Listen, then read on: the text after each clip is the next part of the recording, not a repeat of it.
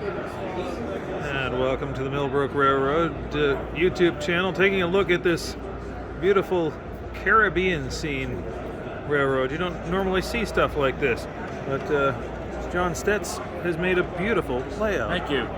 Appreciate that. Can you Hi, tell I'm us John. I'm with Realism in Miniatures, and on a whim, every once in a while, I build something mystical and magical, and this is my latest art piece, as I call it, and it's Punta Cayo, in the Caribbean.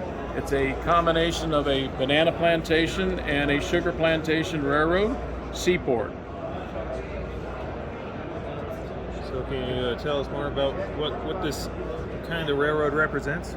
Well, this is all On30, and as I was telling some other folks, these are the kind of seaport towns you would find down in the Western Caribbean. All these buildings are kits that have been scratched, reworked, and redesigned, and changes made to them so they would fit the scene, and painted colorful like you would see in a lot of the Caribbean towns, because they never would have the same amount of paint, so they would use whatever they had on hand. So a lot of the colors are very flowerful, if you would want to call it, and different. We've got here, the first building up here is the harbor master's shop. It was actually a saw sharpener's shop from a kit manufacturer, and I changed the roof and the walls and added a full interior with the harbor master on the inside, and a chart table and chairs and desk. Back here we've got a motor repair shop for the harbor master's boats, as well as the locals' boats. In between the two, we have a boat ramp for hoisting small boats out of the water to do their repairs or to get them out of the bad weather. Everything on the railroad is just by inspiration. There is nothing here that's patterned off of a drawing or off of somebody else's idea. It's just whatever came to my mind. In the back here, we've got Bruce's Bar and Cantina with a dance floor, and we've got a couple of gentlemen out front playing some music. And on the back of the bar, all the way in the back, we've got a young lady serving beer on the inside. To the next here, we've got the fish market. Believe it or not, even in the southern hemisphere, they have ice machines and ice coolers. So we got the fish market with the ice box on the front. And of course, every town's got to have a jail or a city hall. So we have a nice dental stone structure to the next one up here, and we have a prisoner in there, and he's being guarded by the local constable. In the meantime, the constable's watching the cattle run down the street, because that's one of the ways they would get the cattle down to the pier to get loaded out. They would run them loose in the street with a cowboy on a horse. And we've got the general store coming up next. That was a plastic fill kit that I had parts left over from another project, and I completely reworked it. It's got a full interior with groceries on the shelf. And then coming up, we have the local garage. Well, there's no really automobiles here in Punta Cayo, so they have a garage anyway, and for whatever purpose, maybe fix the chainsaw or the motorbike, because we do have one motorbike in town.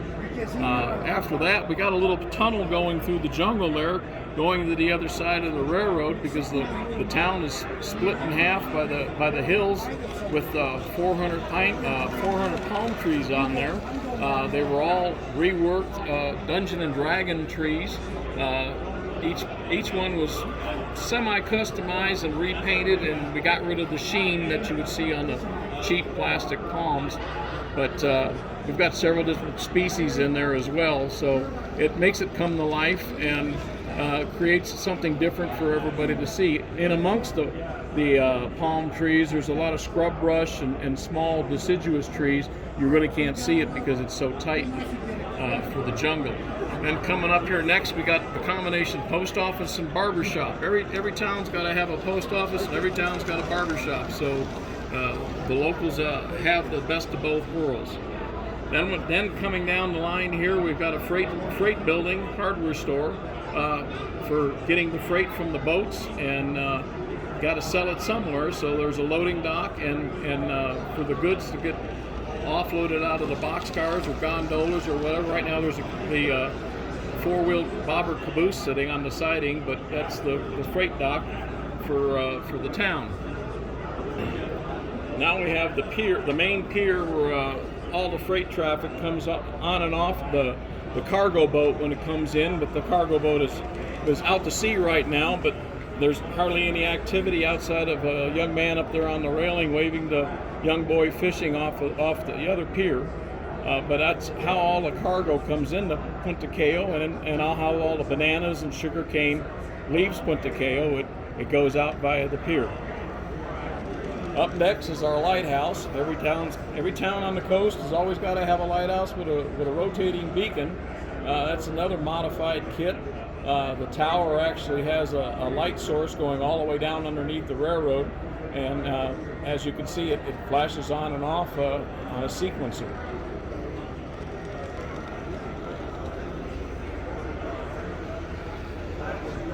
We've got some kids over here next to the depot combination cafe combination lighthouse, and they're sitting there with their family and waiting on the train to come in. Behind them we've got a little baggage cart, and next to that we've got a water storage tank. Because all the water in Punta Cayo is kept in water storage tanks because they are by the ocean, and rainwater is a commodity. Again, you're looking at 400 palm trees, different species. All of them were hand shaped. They were originally disassembled from when I bought them, and the branches were repainted, and so were the trunks. Here we have an abandoned sugarcane plantation in the back. We've got a small cabin made out of stone and palm logs.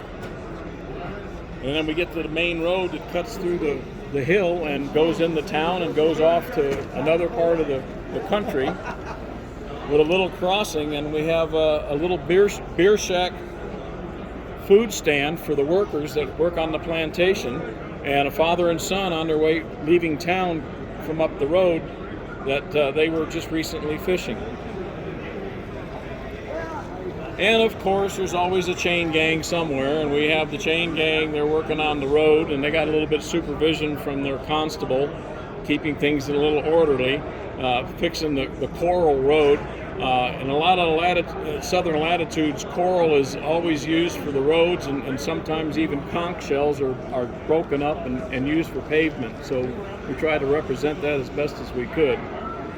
On the siding in the back there, we've got the one and only diesel for the railroad, and that is actually a banana car. It's not a stock car, it's not a box car, it's a banana car for hauling the stalks of bananas down to the pier.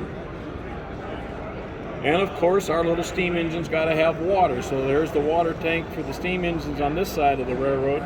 This is the second water tank we have because the steam engines are so thirsty, we got to have two. And the shack next to it is the wood bin for the wooden firing of the steam engines. And here we got the plantation office and a small grove of banana trees. There's actually bananas laying on the ground if you can see them. They're all handmade and scattered in amongst the trees there.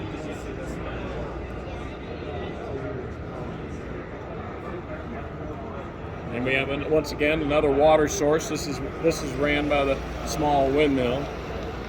And in the very back there, we have a loading dock, and there's a couple bananas laying on there. I guess the workers got a little sloppy and did not load all the bananas, even the loose ones. So they're laying on the dock. They're going to ripen pretty quick in the tropical jungle.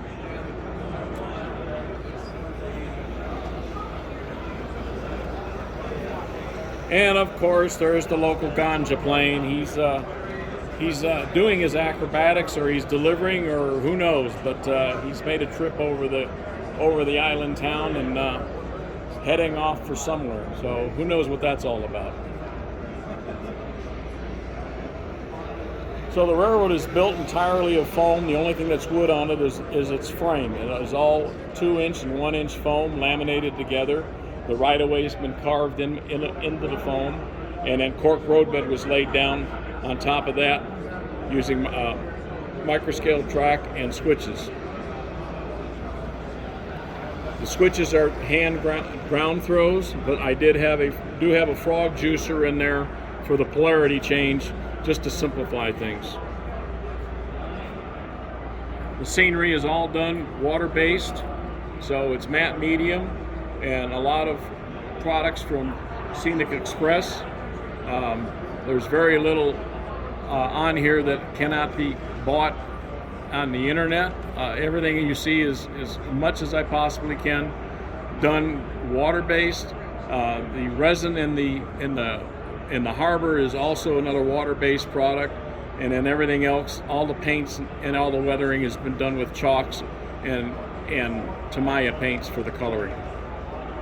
Wow, that's very beautiful. Thank you very much. All right, well, thanks for showing us around, You betcha. John. Thanks for stopping by. You have a good day. You too.